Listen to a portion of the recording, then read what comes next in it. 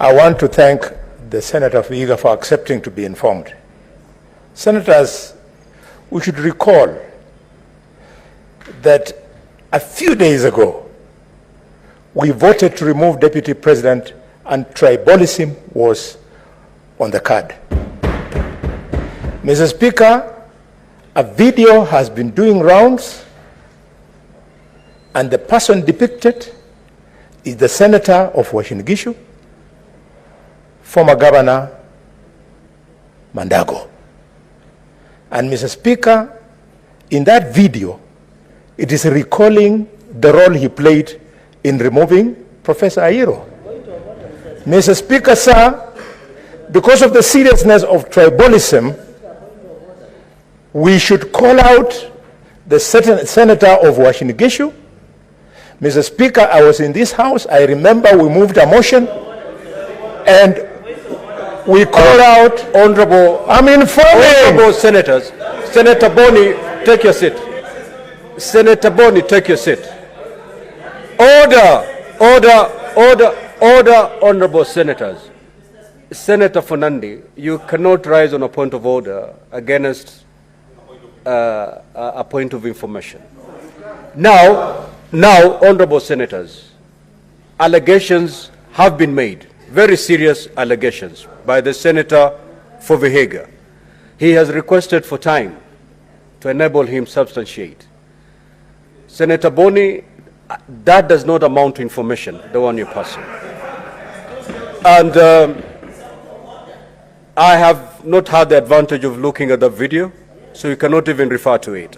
So we will allow Senator Osotsi to substantiate next week. What, if you look at the standing orders, it's very clear. We go by standing orders, Majority Leader.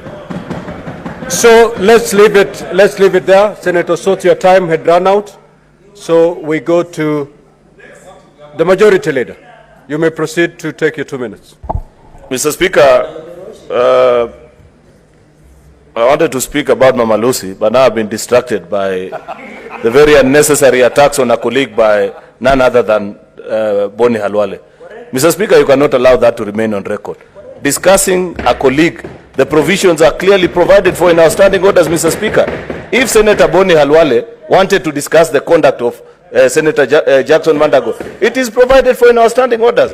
Why are you allowing, Mr. Speaker, this to be a marketplace where I can rise and begin to discuss anybody, including your conduct? Mr. Speaker, that is not right. Minority Leader. That is not right, Mr. Speaker. Minority Leader, just take your seat. You'll resume your contribution. I directed, because 2 allegations had been made. One, that the professor had been ejected from Moi University based on tribalism, and the second allegation was directed to the Senator for Uasin Gishu. And I directed Senator Osotsi to substantiate, which he sought time. So the issue of Senator Mandago being brought in here, we will hear the substantiation when we resume next week. As far as what the information the Senator for Kakamega was trying to help Senator Osotsi with, that does not amount to any information to be passed. Okay?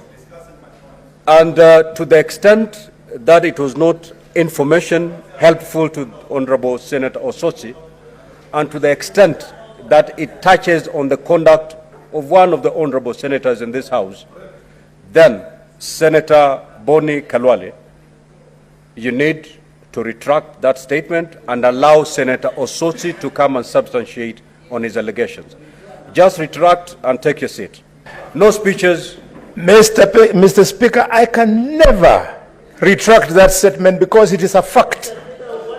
Okay, then, Senator Boni, you're out of order, and I will ask you to leave the chamber for the rest of today's sitting.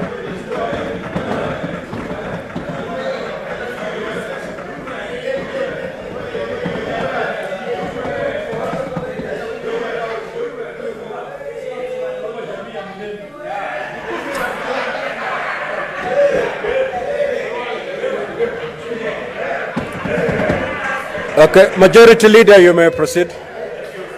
Speaker, thank you for granting Senator Boni Khalwale a chance to enjoy his favorite glass of changa early in the day. Mr. Speaker, can I quickly now... Majority Leader, you are discussing the conduct of Senator Boni.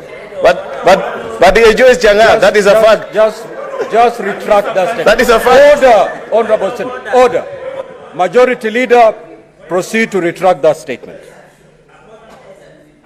Mr. Speaker, I withdraw changa and replace it with his favorite drink, which is known anyway. Senator, Majority Leader, conclude. You have 1 minute to go. Mr. Speaker, quickly, now to more serious issues. Mr. Speaker, I want to add my voice to the issue of Mama Lucy Hospital that has been brought by Senator Hamida. Where Mama Lucy sits today, Mr. Speaker, is where I played football as a young boy, from the age of 2 up to the time I became an adult.